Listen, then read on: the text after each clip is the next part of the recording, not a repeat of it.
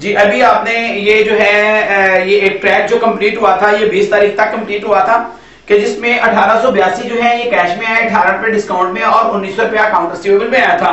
अब इंशाल्लाह ताला आगे चलते हैं। 20 के बाद 24 तारीख को पेड गुल and company invoice number 5100 less 2% discount 5100 रुपया हमने गुल एंड कंपनी का देना है।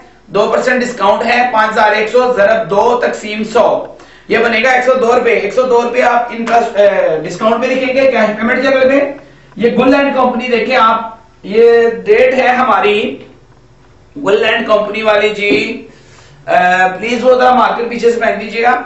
24 तारीख है, कौन सी है 24, क्लियर थी। अब देखिए गुल एंड कंपनी की 24 तारीख की एंट्री है, ये 24 ये गुल एंड कंपनी, और गुल एंड कंपनी का बना 102 रुपया डिस्काउंट में और 5100 में से 102 को लेस किया तो 4998 रुपए उसके कैश में आ गए और 5100 रुपया अकाउंट्स पेबल में आ गया।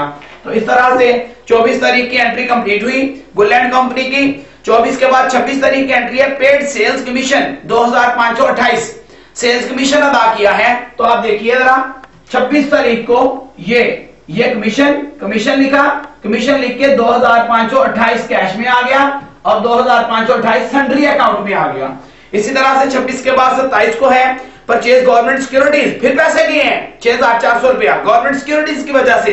तो 27 तारीख को गवर्नमेंट सिक्योरिटीज लिखा और 6400 रुपए कैश में आ गया और 6400 रुपया सन्ड्री में आ गया। और 27 के बाद 30 तारीख को लिखा है received ₹5440 in full settlement of ₹5500 के 5500 लेना था, लिया 5440। अब 5500 और 5440 में 60 रुपए का जो डिफरेंस है वो डिस्काउंट है और कैश रिसीट जनरल में आएगा। 30 तारीख को देखिए अकाउंट रिसीवेबल लिखा है इधर, 60 रुपए डिस्काउंट में आ गए, 5440 कैश में आ गया और 5500 रुपया दोनों को जमा करके अकाउंट रिसीवेबल में आ गया। इसके बाद है फिर 30 तारीख की एंट्री है पेड सैलरीज 3000 क्या अदा की है सैलरीज, तो सैलरीज अदा की है 3000 की। कैश पेमेंट जनरल की एंट्री आप देख सकते हैं सबसे लास्ट पे, यानी बिल्कुल कीड़े मकोड़े बने हैं एंड पे क्योंकि जगह नहीं थी। सैलरीज लिखा अकाउंट डेबिटेड में 3000 रुपया कैश में आ गया, ये वाला ये 3000 और यही 3000 उधर से सन्ड्री में आ गया।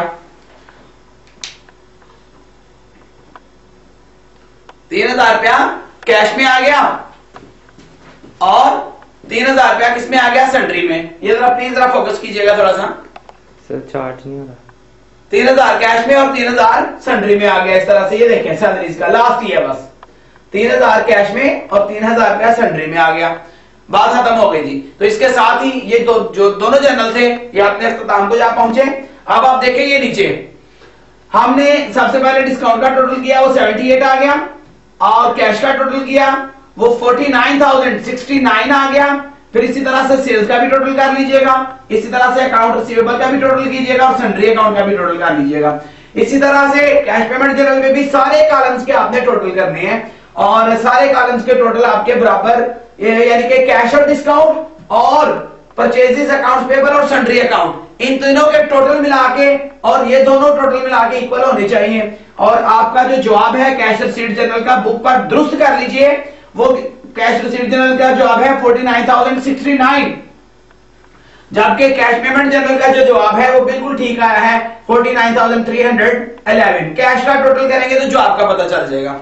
अब इसके बाद इन्होंने कहा है कि लेजर भी बनाएं। क्या बनाएं? लेजर। तो याद रखें, बड़ी आराम से सुनिएगा कि लेजर कैसे बनने हैं। आपने ये देखा कि पहला कॉलम डिस्काउंट है, जब लेजर बनाएंगे डिस्काउंट के टोटल का लेजर बनेगा। दूसरा कॉलम कैश है, कैश के सिर्फ टोटल का लेजर बनेगा। तीसरा कॉलम सेल्स है, सेल्स के टोटल का लेजर बनेगा। सेम इसी तरह जब कैश पेमेंट के लेजर बनाएंगे उधर भी डिस्काउंट के टोटल का लेजर, टोटल रकम का, फिर कैश की टोटल रकम का लेजर और फिर सेल्स के परचेज के, कैश पेमेंट जनरल में परचेज है, परचेज के टोटल का लेजर। तो आप जरा देख लीजिए, इधर आप देखें लेजर बनाया CRJ मैंने इसलिए लिखा है ताकि आपको पता चल जाए कैश रिसीट जनरल से रिलेटेड लेजर है ये और ये वाले। अब देखें पहला लेजर किसका है?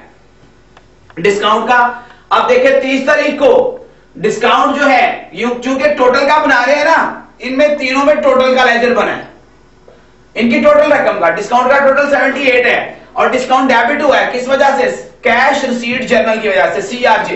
लास्ट तारीख लिखनी है महीने की जिनके टोटल का लेजर बनाना है। इसी तरह आप देखें कैश, दूसरा लेजर बना है कैश का, क्योंकि दूसरा कॉलम कैश था। कैश रिसीट जर्नल में कैश डेबिट हुआ है कितने से, 49,069 रुपए से, 49,069, 49,069 से ये डेबिट होगा। और वजह CRJ for cash receipt journal. इसी तरह से देखें तीसरा लेजर बना सेल्स का, और सेल्स क्रेडिट हुआ है कैश रिसीट जर्नल के अंदर टोटल का 5,504, यानी कि देख लीजिएगा टोटल जो भी होगा इसका उससे आपने क्रेडिट कर देना है। ये पहले 3 कॉलम्स के जो लेजर बने हैं ये टोटल के लेजर बने हैं। आगे आ गई बात अकाउंट रिसीवेबल की, चूंकि CRJ में अकाउंट रिसीवेबल होता है।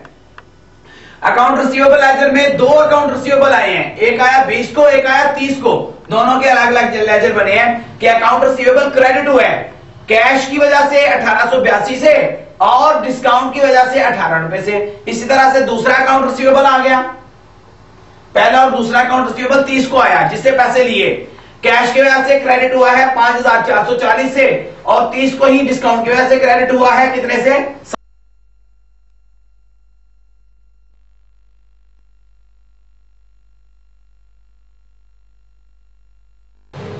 फिर हम लास्ट जो कॉलम है, लास्ट कॉलम हमारा सेंट्री का कॉलम है। उधर ऑन करें ना, रिकॉर्डिंग चला दें।